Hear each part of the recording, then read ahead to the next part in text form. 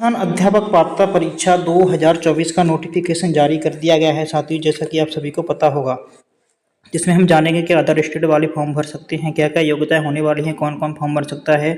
इन सभी बातों के बारे में अभी हम डिटेल से चर्चा करने वाले हैं साथियों। मैं विकास सिंह तोमर आप सभी का स्वागत करता हूं आज की इस वीडियो में। तो साथियों, आप हमारे चैनल पर नए हो, अभी तक आपने हमारे चैनल को सब्सक्राइब नहीं किया है तो हमारे चैनल को सब्सक्राइब करके बेल आइकन को जरूर दबा लें, क्योंकि आपके लिए हम क्या है टेट से संबंधित इसी तरह से कोई ना कोई नई जानकारी लेकर के आपके लिए आते रहे हैं। इस वीडियो में हम संपूर्ण जानकारी जानेंगे, तो आपको क्या है वीडियो को लास्ट तक जरूर देखना है।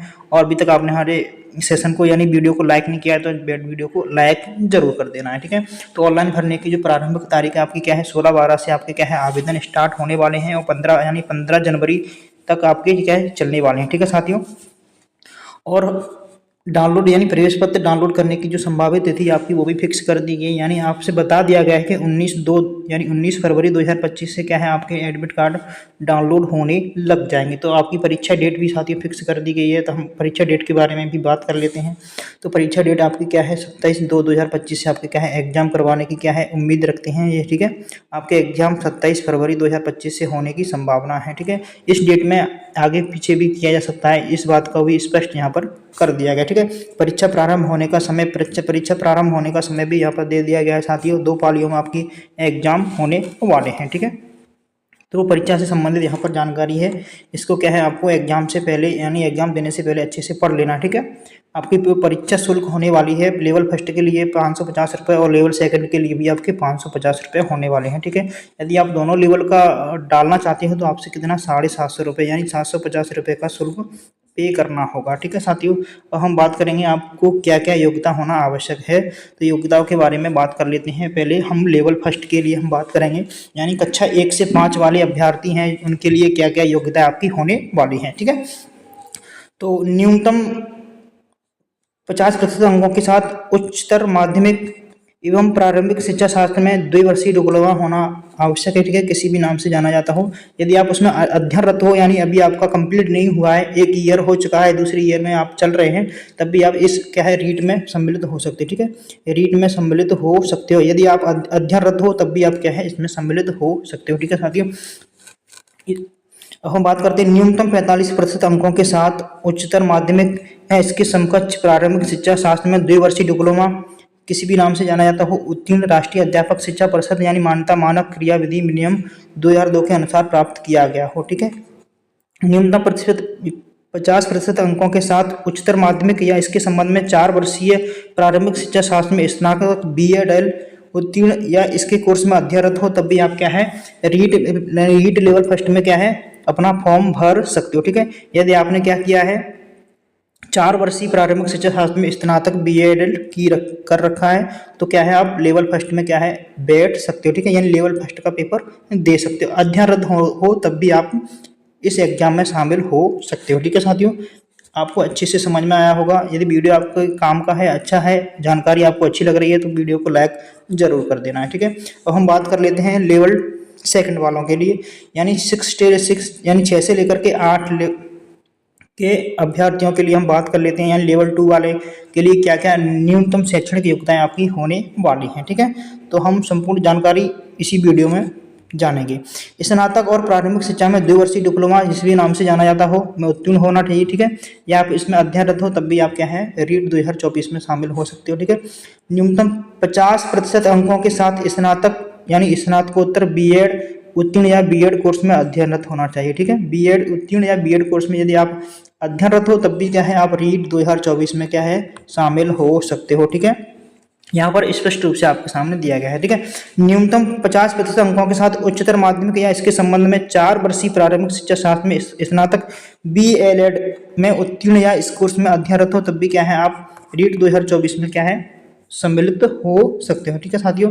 यहाँ से आप अच्छे से इसे पढ़ लेना है, स्क्रीनशॉट ले लेना है किसी भी तरह का, और इसकी क्या है PDF मैं अपने टेलीग्राम चैनल पर डाल दूंगा, वहाँ से क्या है आपको इसकी PDF मिल जाएगी। तो हमारा टेलीग्राम चैनल है, मैं बता देता हूँ B4 स्टडी, जैसे ही आप सर्च करोगे तो हमारा टेलीग्राम चैनल मिल जाएगा, वहाँ पर इसकी PDF मैं आपको डाल दूंगा, ठीक है साथियों। हम आगे बात कर लेते हैं क्या क्या आपका सिलेबस होने वाला है, क्या क्या, ठीक है, उसके बारे में भी अभी हम चर्चा कर लेते हैं, ठीक है।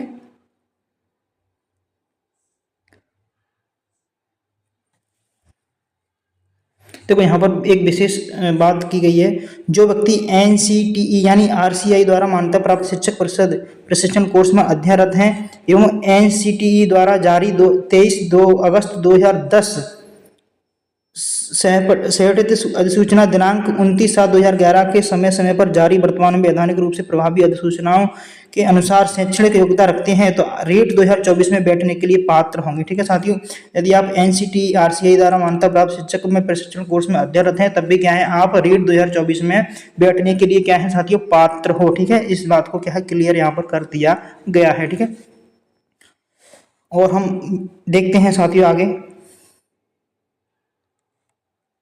देखो, ऐसे अभ्यर्थी जिन्होंने राष्ट्रीय अध्यापक शिक्षा परिषद की अधिसूचना 29 जुलाई 2011 के बाद उसके बाद शिक्षा स्नातक अथवा प्रारंभिक शिक्षा में स्नातक अथवा प्रारंभिक शिक्षा में द्विवर्षीय डिप्लोमा पाठ्यक्रम में प्रवेश लिया है, उसके स्नातक यानी उत्कृष्ट माध्यमिक में न्यूनतम 50% अंक प्राप्त होने की बाध्यता है। ठीक है, अध्यापक लेवल प्रथम के लिए अध्यापक लेवल द्वितीय हेतु स्नातक में न्यूनतम प्राप्तांक प्रतिशत उक्त दोनों में शर्त प्रभावी होगी। ठीक है साथियों, इस चीज को भी आपको क्या है ध्यान में रखना है। अब हम बात कर लेते हैं पाठ्यक्रम क्या क्या होने वाला है। ठीक है साथियों, तो संपूर्ण पाठ्यक्रम के लिए आपको क्या करना होगा, नेक्स्ट वीडियो देखना होगा जिसमें हम बताएंगे आपको कि हिंदी में कौन कौन से टॉपिक आने वाले हैं आपके। ठीक है, तो हाँ यहाँ पर हम मोटा मोटा बता देते हैं आपको, जो यहाँ पर इस नोटिफिकेशन में दिया गया है उसके बारे में हम बात करेंगे। ठीक है, केवल तो आपका जो सिलेबस होने वाला है लेवल फर्स्ट के लिए क्या होने वाला है, तो 150 प्रश्न यानी 2.5 घंटे का समय होने वाला है, 150 प्रश्न होंगे। ठीक है साथियों, 150 प्रश्न होंगे, सभी प्रश्न बहुविकल्पी होने वाले हैं। ठीक है,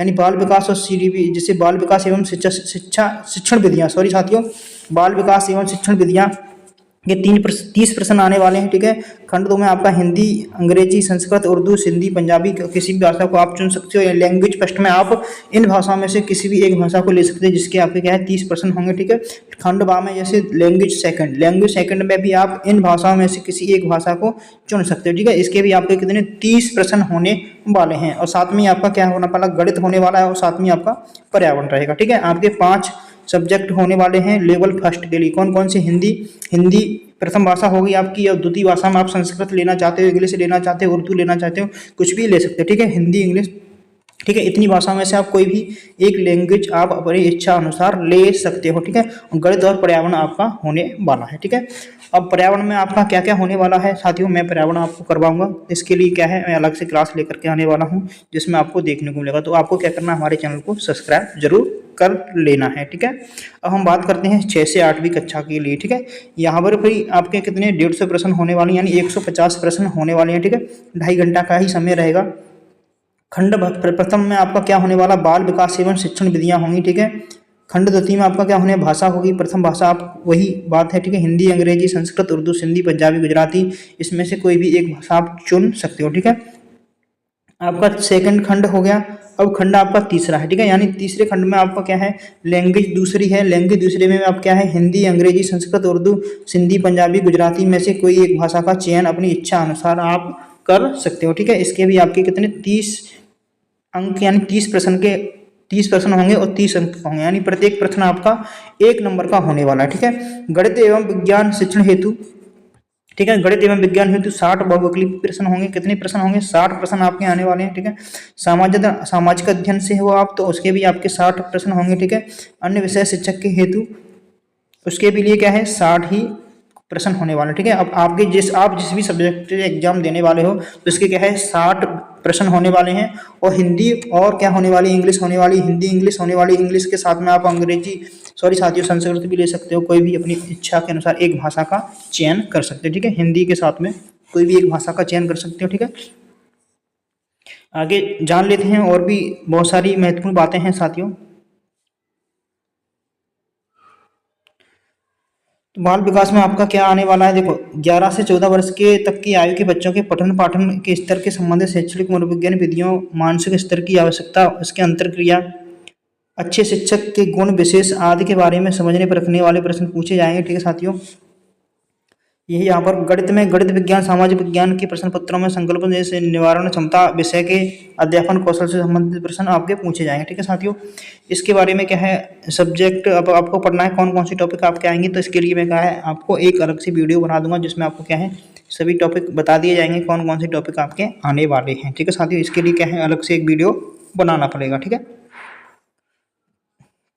यहाँ पर आपको दिया गया है परीक्षा प्रक्रिया का आयोजन आपको 27/2/2025 से ही होने वाला है। ठीक है साथियों, तो परीक्षार्थियों की संख्या, विश्वसनीय परीक्षा केंद्रों की उपलब्धता अनुसार परीक्षा तिथियां उपरोक्त के साथ दिनांक 27/2/2025 एवं इसके पश्चात भी जारी की जा सकती है। यानी आपकी परीक्षा डेट में क्या है, संशोधन भी किया जा सकता है। अभी ऊपर हम बात कर चुके 2 पालियों आपका एग्जाम होने वाला है।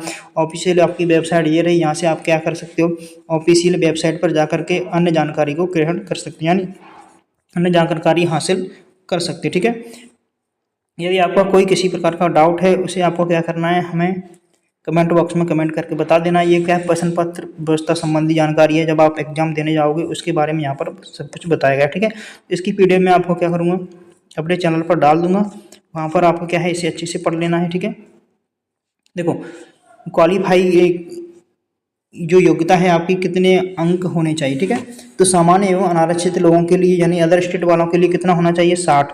ठीक है, और टीएसपी वालों के लिए भी कितना होना चाहिए, 60% हो जाना। ठीक है, अनुसूचित जनजाति यानी एसटी वालों के लिए 55% है, यहाँ पर 36% दिया है। ठीक है, टीएसपी वालों के लिए। ठीक है, अनुसूचित जाति यानी एससी, ओबीसी, एमसीबी तथा आर्थिक रूप से कमजोर वर्ग यानी ईडब्ल्यूएस वालों के लिए कितना है, 55% क्या है, पास मार्किंग यहाँ पर रखा गया। ठीक है, समस्त श्रेणी की विधवा यानी परित्याग महिलाओं यानी भूतपूर्व सैनिक के लिए कितना है, 50% है। ठीक है, दिव्यांग यानी जन श्रेणी में आप आते हो तो 40% नंबर आपको लाने होंगे, उसमें आप क्या है क्वालिफाई हो जाते। ठीक है, शहरीय जनजाति के लिए एक व्यक्ति है तो आप क्या है 36% पर ही आप क्या है क्वालिफाई मान लिए जाओगे। ठीक है साथियों, ये जानकारी आप सभी को कैसी लगी, यदि जानकारी अच्छी लगी हो तो हमारे चैनल को लाइक, यानी सेशन को लाइक जरूर करना है और चैनल को सब्सक्राइब जरूर करना है। ठीक है, तो मिलते हैं साथियों अगली वीडियो में, तब तक के लिए सभी साथियों को नमस्कार, जय हिंद, वंदे मातरम। Thank you for watching.